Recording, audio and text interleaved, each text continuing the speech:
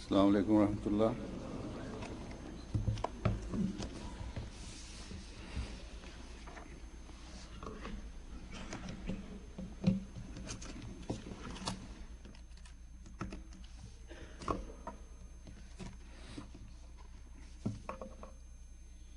أشهد أن لا إله إلا الله وحده لا شريك له وأشهد أن محمدا عبده ورسوله أما بعد فأعوذ بالله من الشيطان الرجيم بسم الله الرحمن الرحيم الحمد لله رب العالمين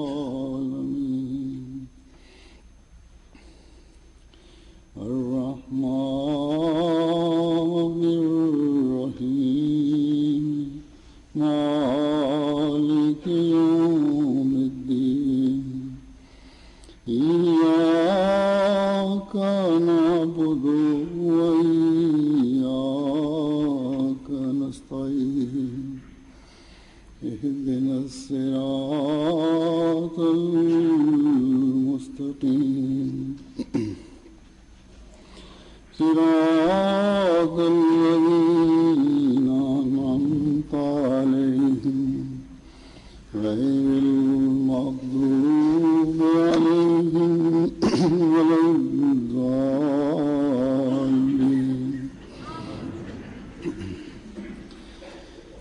الذين ينفقون في السراء والضراء والكاظمين الغيظ والعافين عن الناس والله يحب المحسنين۔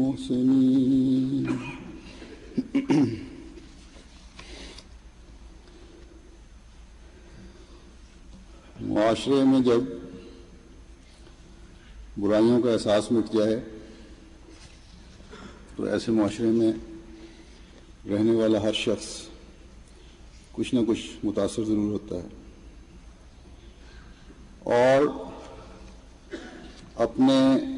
نفس کے بارے میں، اپنے حقوق کے بارے میں زیادہ حساس ہوتا ہے اور دوسرے کی غلطی کو ذرا سا بھی معاف نہیں کرنا چاہتا۔ چنانچہ دیکھ لیں آج کل کے معاشرے میں ذرا سی غلطی کسی سے سرزد ہو جائے تو ایک ہنگامہ برپا ہو جاتا ہے، چاہے وہ کسی اپنے قریبی عزیز سے ہی ہو، اور کبھی بھی اس کو معاف کرنے پر تیار نہیں ہوتے پھر بعض لوگ، اور اسی وجہ سے پھر خاوند بیوی کے جھگڑے ہیں، بہن بھائیوں کے جھگڑے ہیں، ہمسایوں کے جھگڑے ہیں،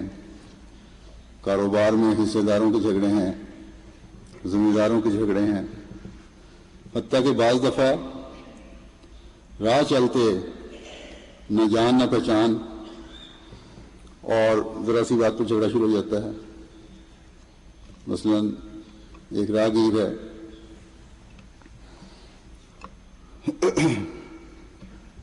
رش کی وجہ سے یا کسی وجہ سے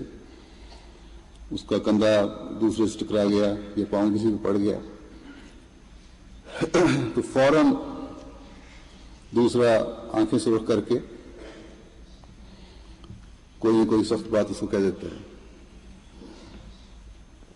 پھر دوسرا بھی کیونکہ اسی معاشرے کی پیداوار ہے، اس میں بھی برداشت نہیں ہے، وہ بھی اسی طرح کے الفاظ الٹا کے اس کو جواب دیتا ہے، اور بعض دفعہ پھر بات بڑھتے بڑھتے سر پٹول اور خون خرابہ شروع ہو جاتا ہے۔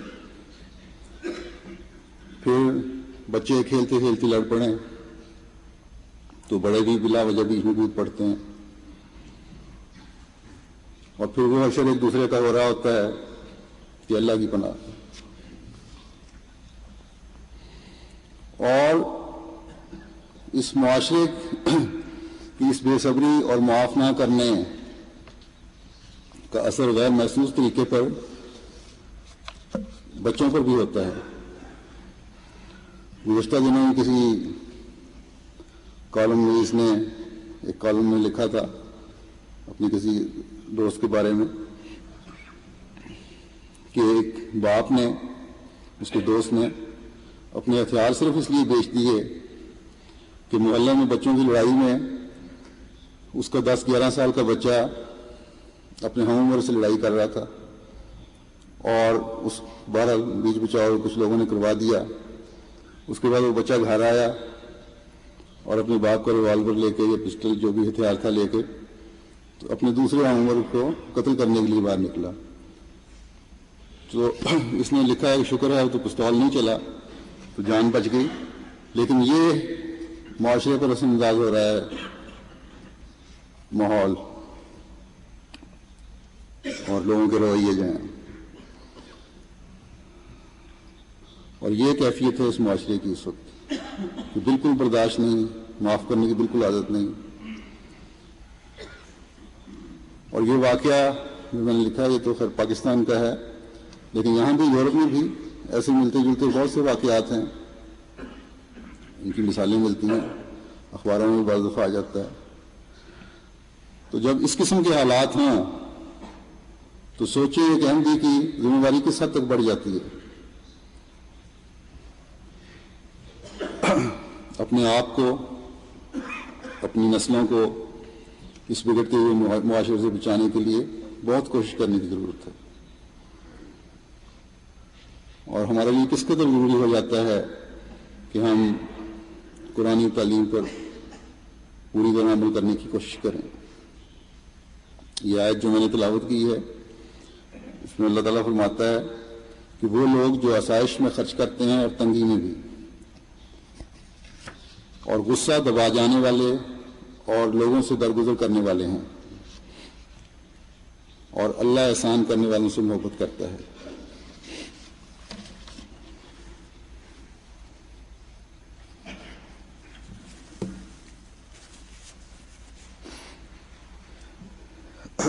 تو اس میں احسان کرنے والوں کے بارے میں یہ بتایا ہے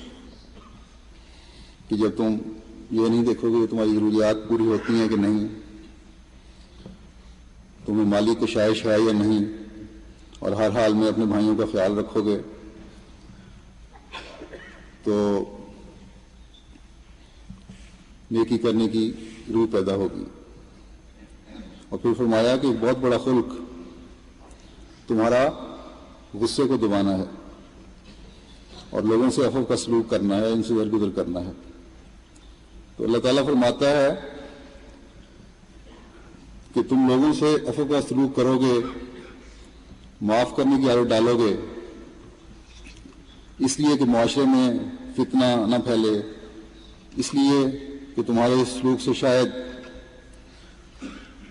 جس کو تم معاف کر رہے ہو اس کی اصلاح ہو جائے. تو اللہ تعالیٰ فرماتا ہے کہ ایسے لوگوں سے میں محبت کرتا ہوں. آج کل کے معاشرے میں جہاں ہر طرف نفسا نفسی کا عالم ہے، یہ خود تو اللہ تعالیٰ کی نگاہ میں اور بھی پسندیدہ ٹھہرے گا. اور آج اگر یہ اعلیٰ اخلاق کوئی دکھا سکتا ہے تو احمدی ہے، جنہوں نے ان احکامات پر عمل پیرا ہونے کے لیے زمانے کے امام کے ہاتھ پر تجدید بیعت کی ہے. اللہ تعالیٰ نے عفو کے مضمون کی اہمیت کے پیش نظر مختلف جگہوں پر قرآن کریم میں اس بارے میں احکامات دیے ہیں، مختلف معاملات کے بارے میں مختلف نئے سے مختلف صورتوں میں. تو ایک دو اور میں پیش کرتا ہوں مثالیں. اللہ تعالیٰ فرماتا ہے دوسری جگہ قرآن شریف میں سورۃ الاعراف میں کہ خذ العفو وامر بالعرف واعرض عن الجاہلین، یعنی عفو اختیار کر اور معروف کا حکم دے اور جاہلوں سے کنارہ کشی اختیار کر. تو یہاں فرمایا کہ کہ معاف کرنے کا خلق اختیار کرو اور اچھی باتوں کا حکم دو. اگر کسی سے زیادتی کی بات دیکھو گی تو درگزر کرو. فوراً غصہ چڑھا کر لڑنے بڑھنے پر تیار نہ ہو جایا کرو. اور ساتھ یہ بھی کہ جو زیادتی کرنے والا ہے اس کو بھی آرام سے سمجھاؤ کہ دیکھو تم نے جو یہ باتیں کی ہیں مناسب نہیں ہیں، اور اگر وہ باز نہ آئے تو وہ جاہل شخص ہے، تمہارے لیے یہی مناسب ہے کہ پھر ایک طرف ہو جاؤ، چھوڑ دو اس جگہ کو اور اس کو بھی اس کے حال پہ چھوڑو. تو دیکھیں کتنا پیارا حکم ہے یہ. اگر کسی طرح عفو اختیار کیا جائے تو سوال ہی نہیں ہے کہ اگر اس طرح جس طرح کی تعلیم ہے اس طرح عفو کیا جائے تو معاشرے میں کوئی فتنہ اور فساد کی صورت پیدا ہو سکے. لیکن یہاں پھر بھی سوال پیدا ہوتا ہے کہ اس طرح تو پھر فتنہ پیدا کرنے والے، فساد کرنے والوں کو کھلی چھٹی مل جائے گی کہ وہ شرفاء کا جینا حرام کر دیں گے، کیونکہ ان کو پکڑ کوئی نہیں، ہر شریف آدمی پرے ہٹ جائے گا.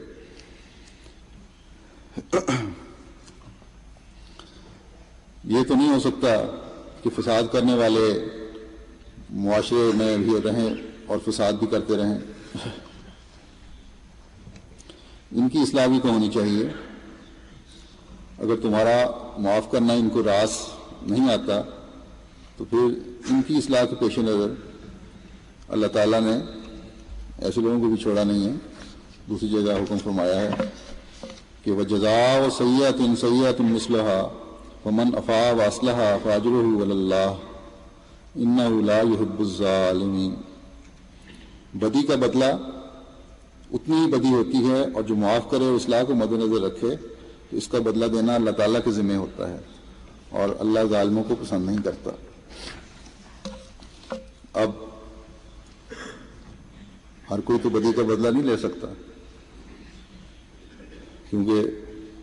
اگر یہ دیکھے کہ فلاں شخص کی اصلاح نہیں ہو رہی، باز نہیں آ رہا، تو خود ہی اگر اس کی اصلاح کی کوشش کی جائے گی تو پھر تو اور فتنہ اور فساد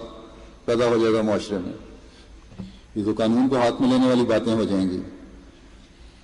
تو ہر طرف لاقانونیت پھیل جائے گی اس کی وجہ سے. اس کے لیے بہرحال ملکی قانون کا سہارا لینا ہوگا. قانون پھر خود ہی ایسے لوگوں سے نبٹ لیتا ہے. اور اکثر دیکھا گیا ہے کہ عام طور پر ایسے اپنے آپ کو جو بہت کچھ سمجھنے والے ہوتے ہیں،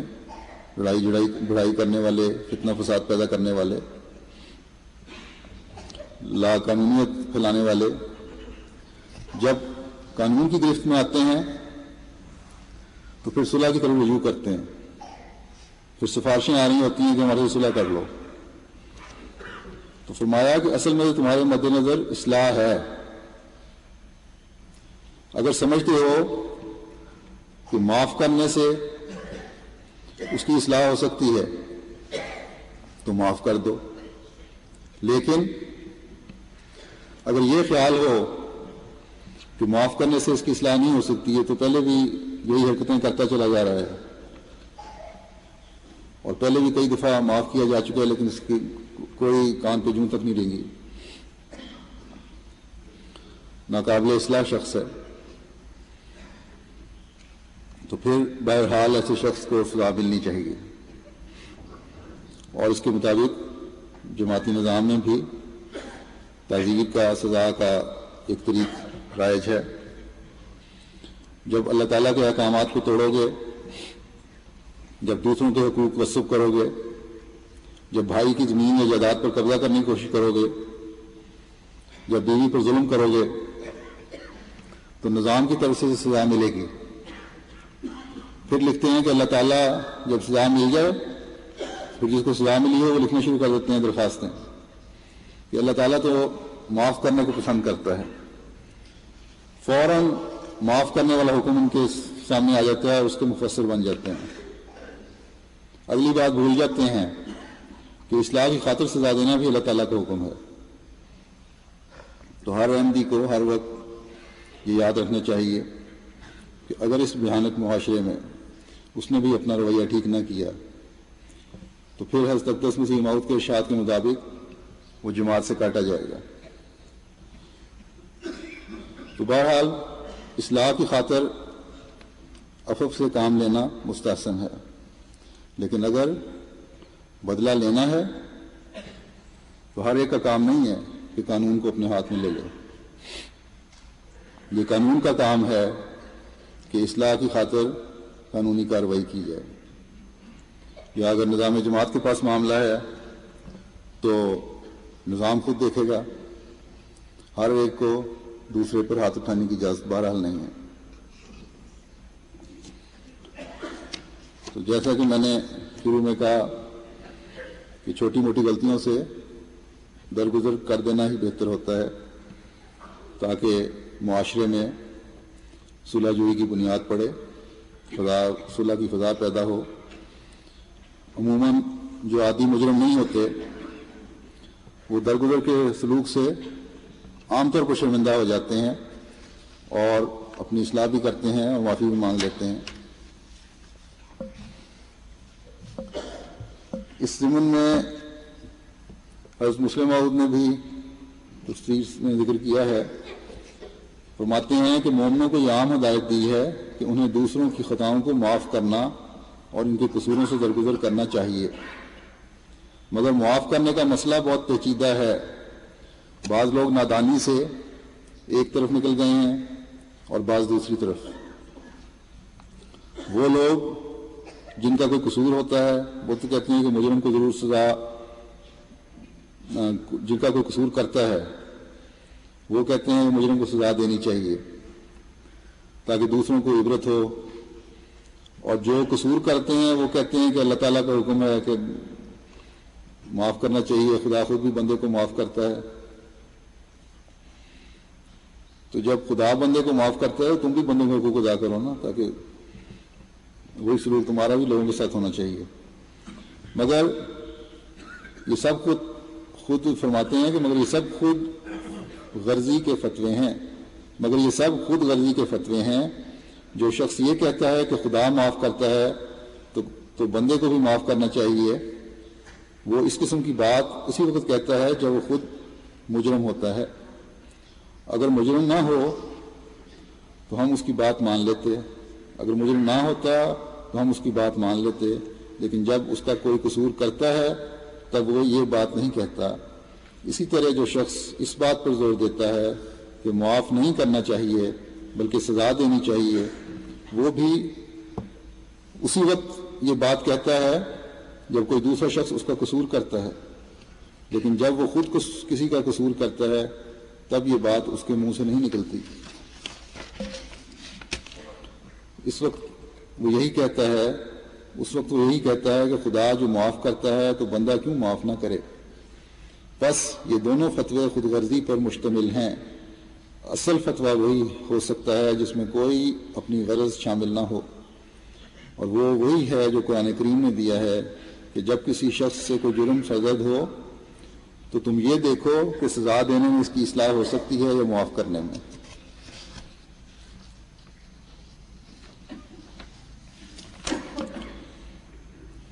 اب اس بارے میں احادیث سے کچھ روشنی ڈالتا ہوں اور آن وسلم کا اپنا عمل بھی کیا تھا وہ بھی بیان کروں گا۔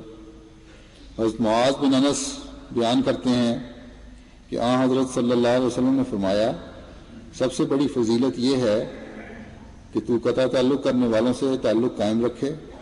اور جو تجھے نہیں دیتا اسے بھی تو دے، اور جو تجھے برا بھلا کہتا ہے اس سے تو درگزر کر۔ تو فرمایا کہ تمہارا مقام اس طرح بنے گا، تم ہر اس شخص سے جو کسی بھی طریق سے تمہارے ساتھ برا سلوک کرتا ہے، تمہارے سے تعلق توڑتا ہے، تمہیں نقصان پہنچانے کی کوشش کرتا ہے، تمہارے ساتھ لڑنے مارنے پر آمادہ ہے، تمہیں طاقت ہے تو پھر بھی تم اس سے درگزر کرو، اور یہی نیکی کا اعلیٰ معیار ہے۔ پھر فرمایا کہ یہ نہ سمجھو کہ اگر تم معاف کر دو گے تو تمہاری اس حرکت کی فضیلت صرف میری نظر میں ہے یا خدا کی نظر میں ہے، بلکہ یاد رکھو کہ کہ اگر تم اللہ تعالیٰ کی خاطر کسی کو معاف کرو گے تو اللہ تعالیٰ اس دنیا میں بھی تمہاری عزت پہلے سے زیادہ قائم کرے گا، کیونکہ عزت اور ذلت سب خدا کے ہاتھ میں ہے۔ دوسری حدیث ہے، اس میں آتا ہے، حضرت ابو ہریرہ سے روایت ہے کہ حضرت صلی اللہ علیہ وسلم نے فرمایا، اللہ کی راہ میں خرچ سے مال کم نہیں ہوتا، اور اللہ تعالیٰ کا بندہ جتنا کسی کو معاف کرتا ہے اللہ تعالیٰ اتنا ہی زیادہ اسے عزت میں بڑھاتا ہے۔ جتنی زیادہ کوئی تواضع اور خاکساری اختیار کرتا ہے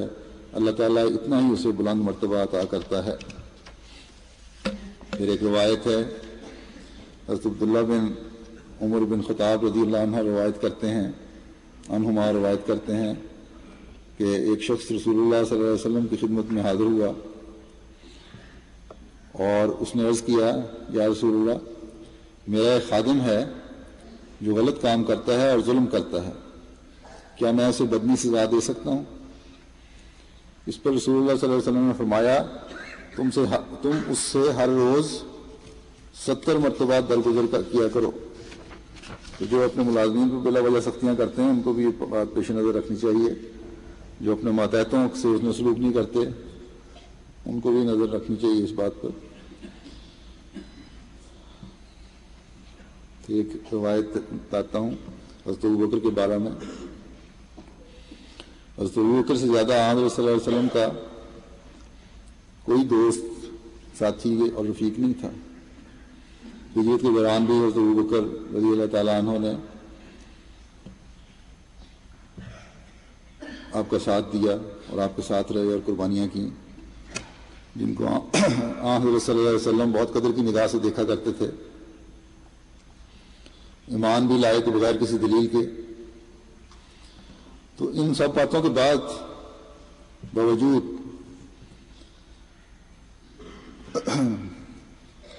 کہ آپ کو آن وسلم سے بہت تعلق اور پیار تھا، اس کے باوجود آپ کیونکہ خلق عظیم پر قائم تھے، اس لیے اپنے قریبیوں سے بھی اعلیٰ اخلاق کی توقع کرتے تھے۔ ایک حدیث میں آتا ہے، حضرت ابو ہریرہ روایت کرتے ہیں کہ ایک آدمی نے حضرت ابوبکر رضی اللہ عنہ کو حضرت صلی اللہ علیہ وسلم کی موجودگی میں برا بھلا کہنا شروع کیا۔ حضور اس کی باتیں سن کر تعجب کے ساتھ مسکرا رہے تھے۔ جب اس شخص نے بہت کچھ کہہ لیا تو حضرت ابوبکر نے اس کی ایک آدھ بات کا جواب دیا۔ اس پر نبی کریم صلی اللہ علیہ وسلم کو غصہ آیا اور آپ مجلس سے تشریف لے گئے۔ تو حضرت ابوبکر حضور اکرم سے ملے، عرض کیا کہ اے اللہ کے رسول، وہ آپ کی موجودگی میں مجھے برا بھلا کہہ رہا تھا اور آپ بیٹھے مسکرا رہے تھے، لیکن جب میں نے جواب دیا تو آپ غصے ہو گئے۔ اس پہ آپ نے فرمایا،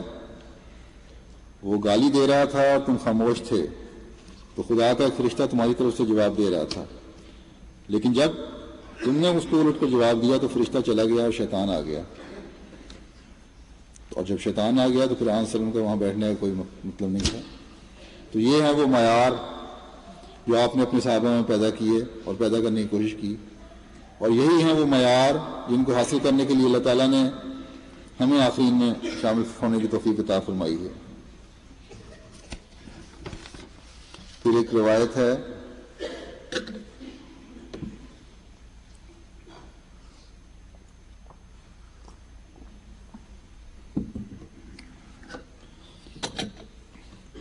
حضرت عبداللہ بن عمر سے رسول اللہ کی توریت میں بیان فرمودہ علامت پوچھی گئی۔ حضرت عبداللہ بن عمر سے رسول اللہ کی توریت میں بیان فرمودہ علامت پوچھی گئی تو انہوں نے بیان کیا کہ وہ نبی تند خو اور سخت دل نہ ہوگا، نہ بازاروں میں شور کرنے والا، برائی کا بدلہ برائی سے نہیں دے گا بلکہ عفو اور بخشش سے کام لے گا۔ اور حضرت صلی اللہ علیہ وسلم کی زندگی اس بات کی گواہ ہے، بلکہ آپ نے تو اپنے جانی دشمنوں تک کو معاف فرمایا ہے۔ حضرت عائشہ بیان کرتی ہیں کہ نبی کریم صلی اللہ علیہ وسلم نے کبھی بھی اپنی ذات کی خاطر اپنے اوپر ہونے والی کسی زیادتی کا انتقام نہیں لیا. اب دیکھیں وہ یہودیہ جو تھی جس نے گوشت میں زہر ملا کر آپ کو کھلانے کی کوشش کی تھی اور آپ کے ساتھیوں نے بھی کھایا بھی، اس کا اثر بھی ہوا کچھ، بہرحال اس کو بھی معاف فرما دیا. پھر حضرت معاذ بن رفاعہ نے اپنے والد سے روایت کی ہے کہ حضرت ابوبکر صدیق منبر پر چڑھے اور پھر بے اختیار رو دیے اور فرمایا کہ حضور صلی اللہ علیہ وسلم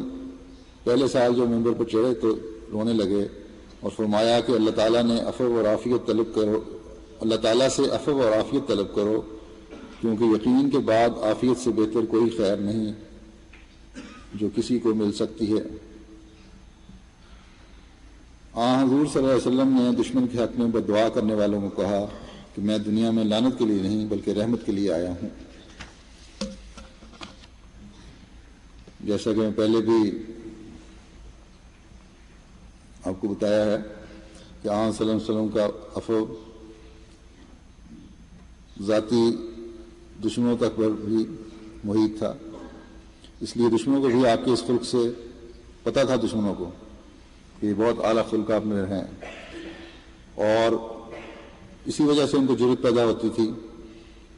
کہ وہ باوجود دشمنیوں کے آپ کے سامنے آ کے معافی مانگ لیا کرتے تھے. چنانچہ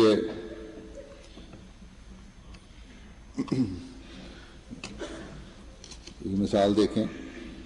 کہ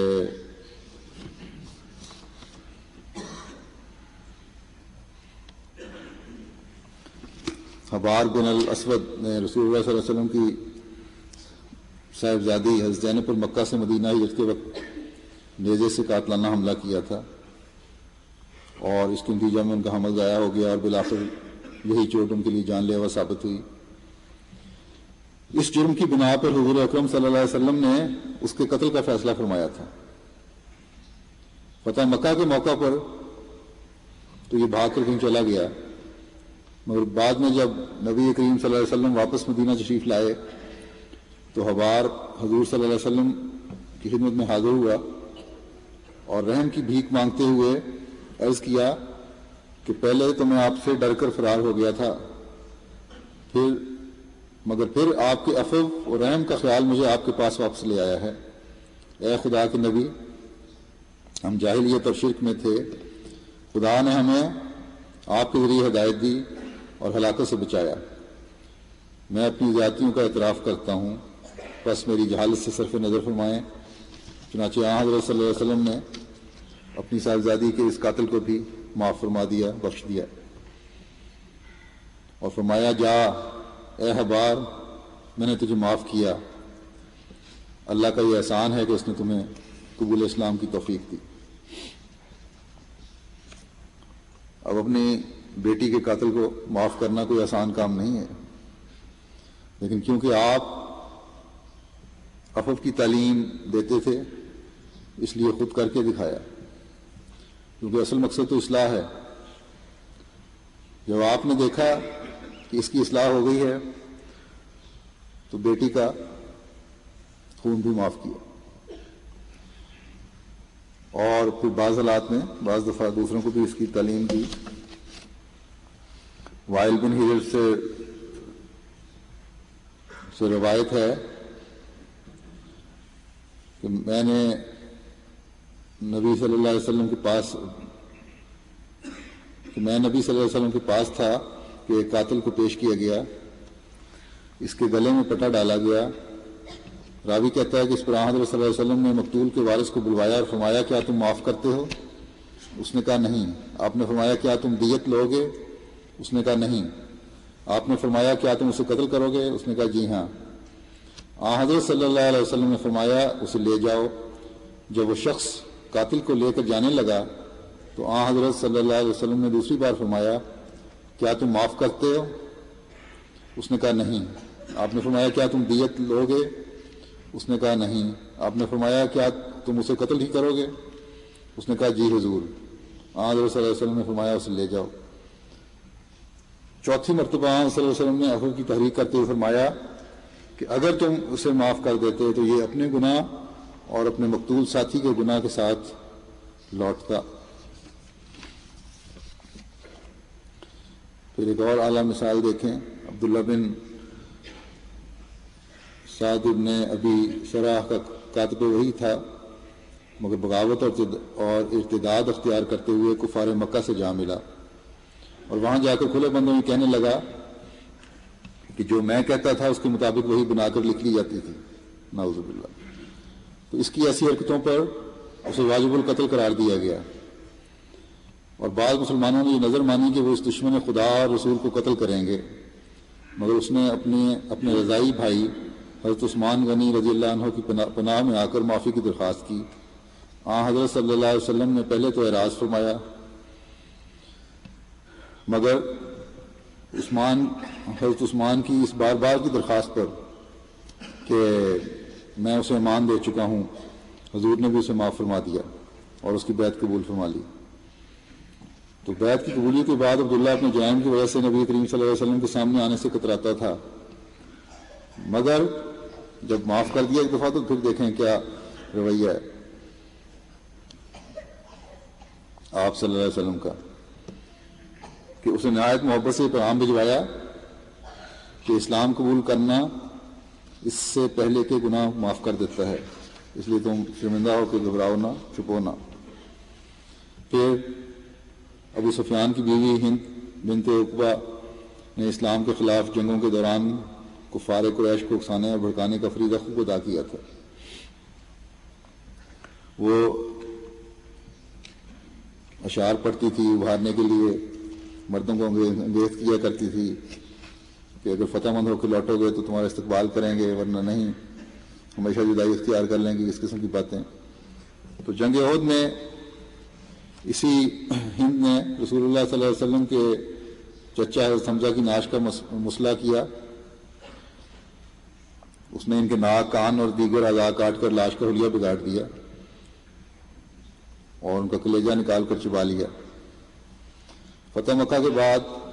جب رسول اللہ صلی اللہ علیہ وسلم عورتوں کی بیعت لے رہے تھے تو یہ ہند بھی نقاب اوڑھ کر آ گئی، کیونکہ اس کے جرائم کی وجہ سے اسے واجب القتل قرار دیا گیا تھا۔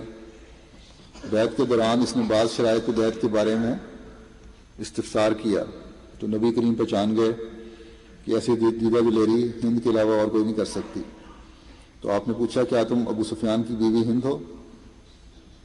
اس نے کہا یا رسول اللہ، اب تو میں دل سے مسلمان ہو چکی ہوں، جو پہلے گزر چکا آپ اسے درگزر فرمائیں، اللہ تعالیٰ آپ کے ساتھ بھی ایسا ہی سلوک فرمائے گا۔ رسول کریم صلی اللہ علیہ وسلم نے ہند کو بھی معاف فرما دیا، اور پھر ہند پر آپ کے عفو و کرم کا ایسا اثر ہوا کہ اس کی کائے پلٹ گئی اور واپس گھر جا کے اس نے تمام بت توڑ دیے۔ تو اسی شام جب اس نے بیعت کی، ہند نے رسول اللہ صلی اللہ علیہ وسلم کے لیے اضافت کا اہتمام بھی کیا، اور خاص طور پر 2 بکرے ذبح کروائے اور بھون کر رسول خدمت بھجوائے، اور ساتھ یہ بھی کہ آج کل جانور کم ہیں اس لیے حقیر سے تحفہ بھیج رہی ہوں۔ اس پر آن وسلم نے اس کو دعا دی۔ اب عفو کا یہ سلوک دیکھیں کہ نہ صرف معاف کیا، اس کو دعا دی کہ اے اللہ ہند کے بکریوں کے ریوڑ میں بہت برکت ڈال دے۔ چنانچہ اس دعا کے نتیجے میں اس کو بہت برکت پڑی اور سنبھالی نہ جاتی تھیں اس سے بکریاں۔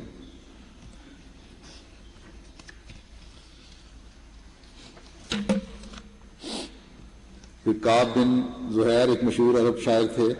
وہ رسول اللہ اور مسلمان خواتین کی عزت پر حملہ کرتے ہوئے گندے اشعار کہا کرتا تھا۔ اس بنا پر رسول اللہ نے اسے قتل کا حکم دیا تھا۔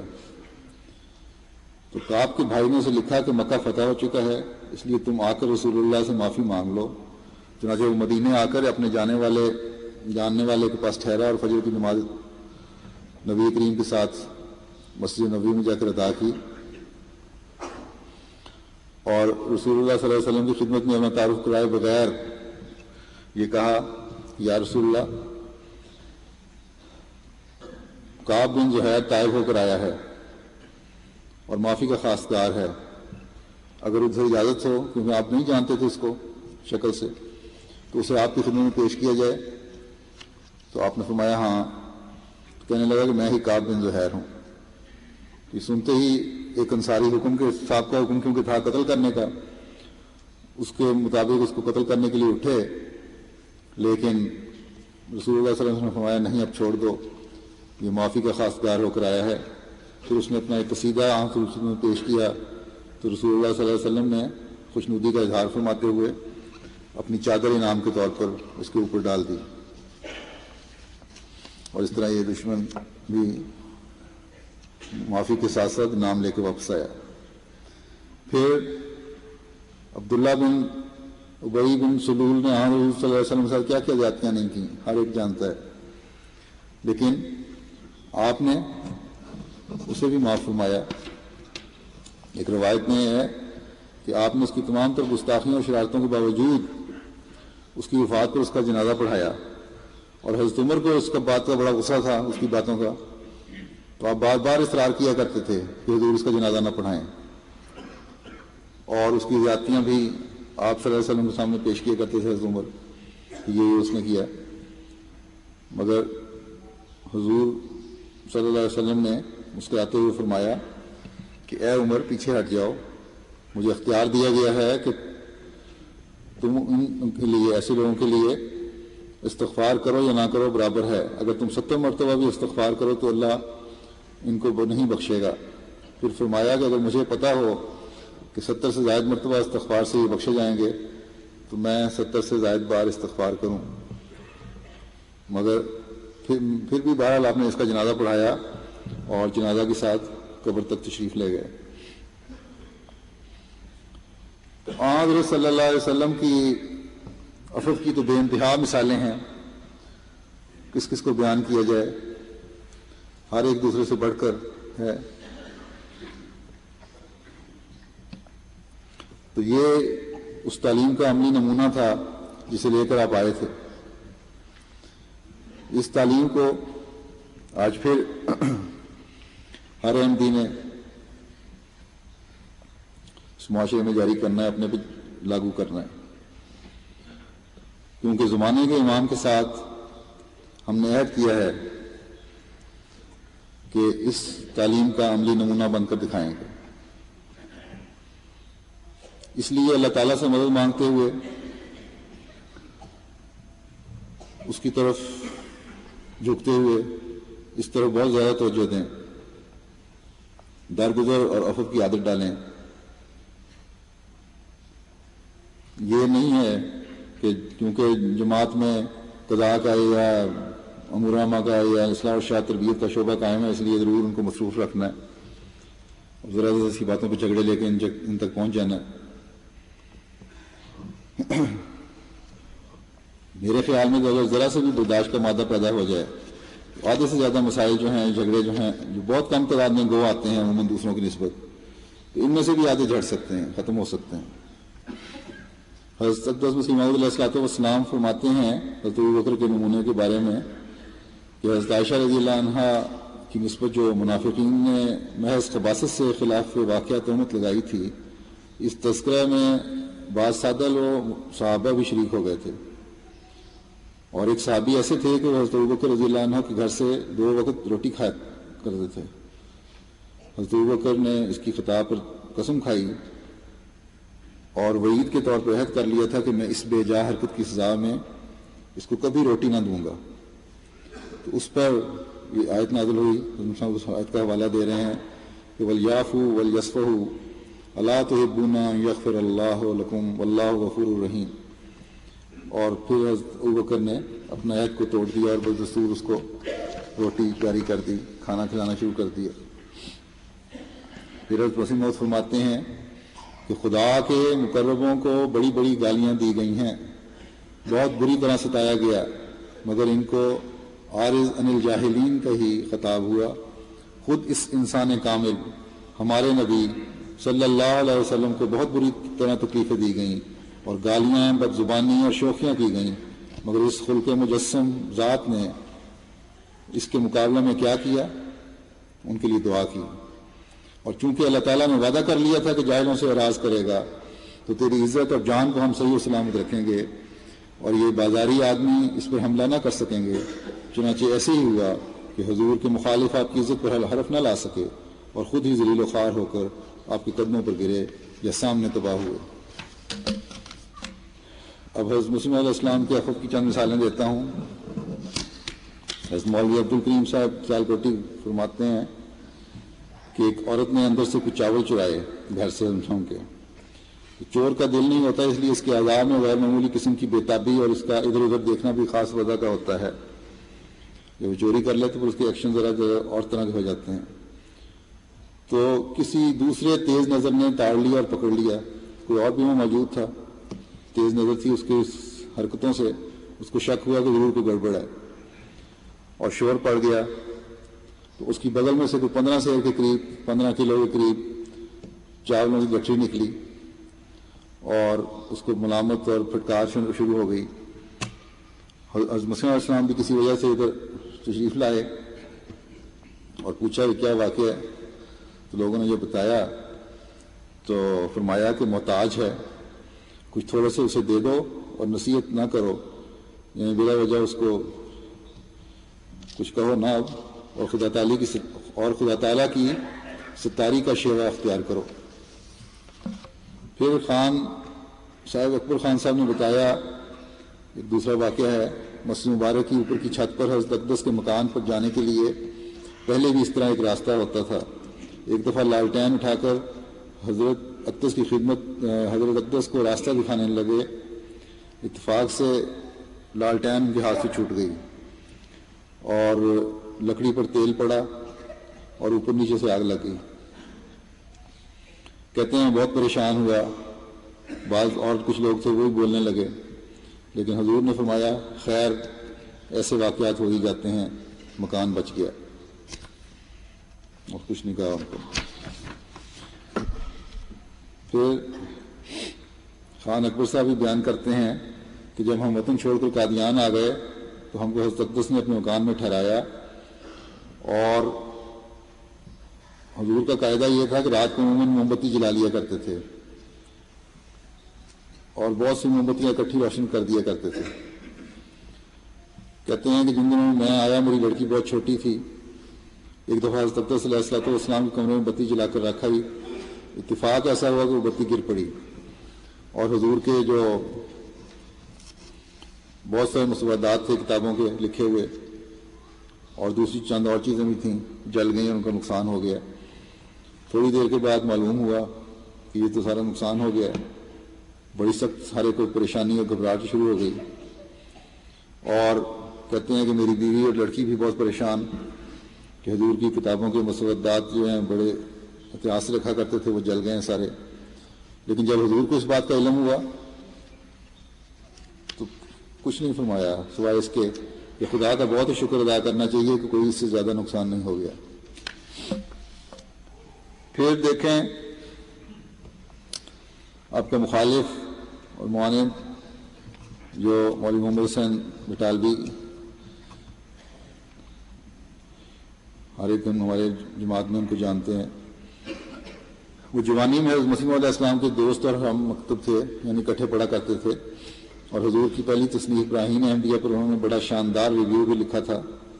اور یہاں تک لکھا تھا کہ گزشتہ 1300 سال میں اسلام کی تاریخ میں کوئی کتاب اس شان کی نہیں لکھی گئی، مگر مسیح موعود کے دعویٰ پر یہی مولوی صاحب مخالف ہو گئے، اور مخالف بھی ایسے کہ انتہا کو پہنچ گئے، اور حضرت مسیح علیہ السلام پر کفر کا فتویٰ لگایا اور دجال اور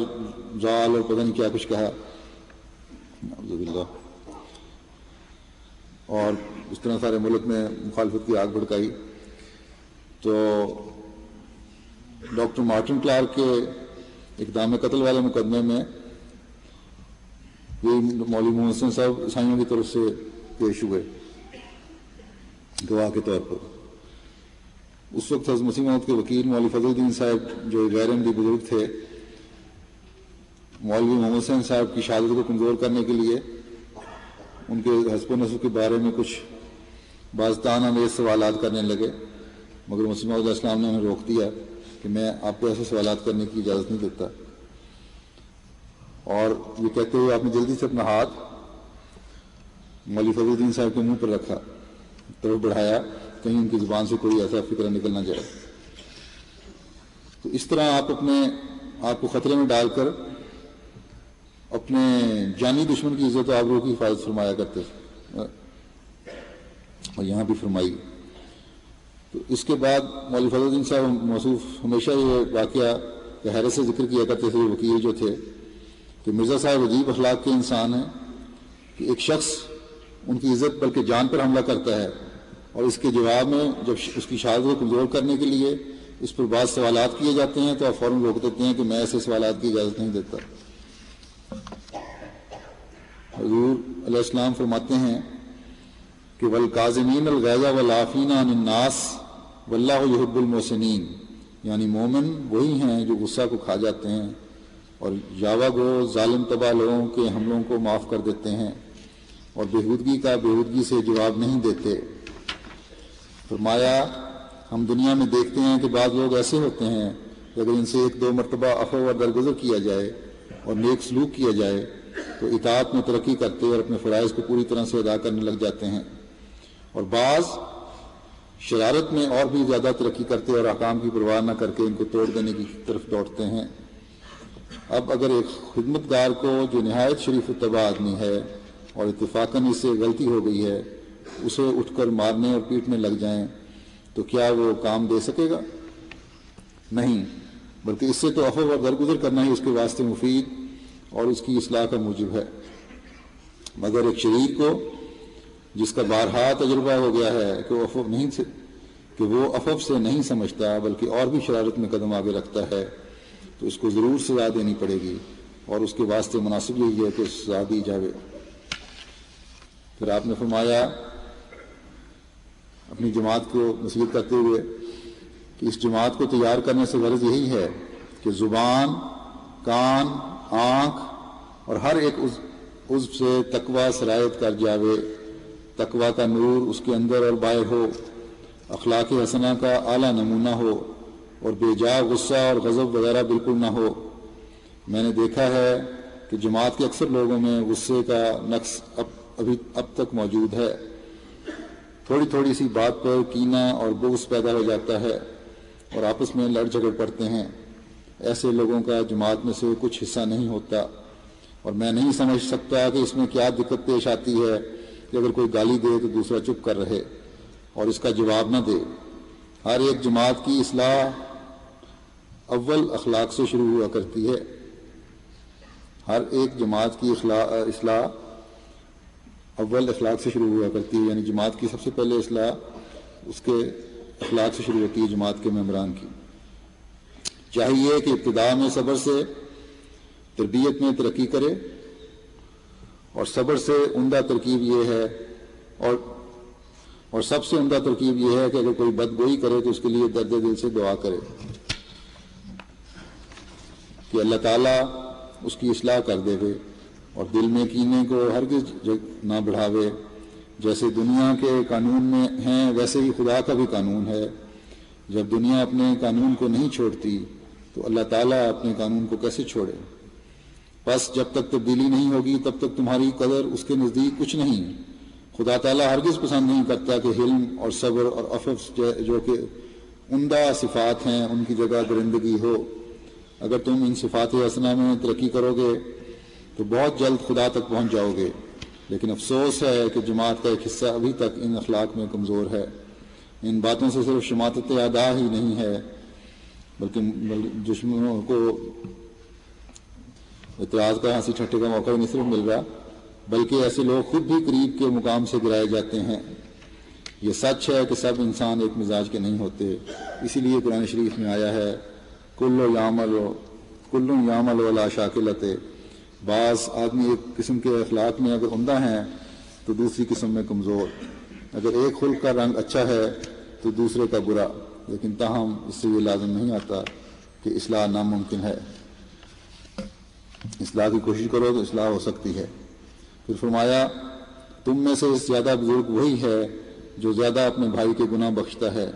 اور بدبخت ہے وہ جو ضد کرتا ہے اور نہیں بخشتا، تو اس کا مجھ میں حصہ نہیں۔ پھر آپ فرماتے ہیں جو نہیں چاہتا کہ اپنے قصوروار کا گناہ بخشے اور کینہ پرور آدمی ہے وہ میری جماعت میں سے نہیں ہے۔ اللہ تعالیٰ ہمیں توفیق دے کہ ہم ہمیشہ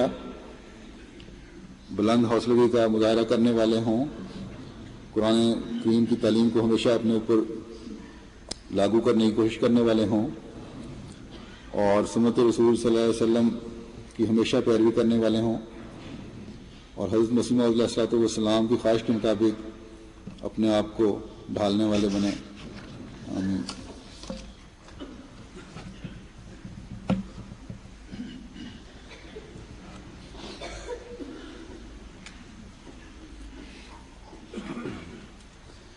الحمد للہ الحمد للہ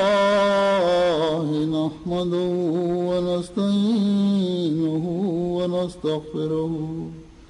ونؤمن به ونتوکل علیہ ونعوذ باللہ من شرور انفسنا ومن سیئات أعمالنا من يهده الله فلا مضل له ومن يضلل فلا هادي له ونشهد أن لا إله إلا الله ونشهد أن محمدا عبده ورسوله عباد الله رحمكم الله إن الله يأمر بالعدل والإحسان وإيتاء ذي القربى وينهى عن الفحشاء والمنكر والبغي يعظكم لعلكم تذكرون اذكروا الله يذكركم وادعوه يستجب لكم ولذكر الله أكبر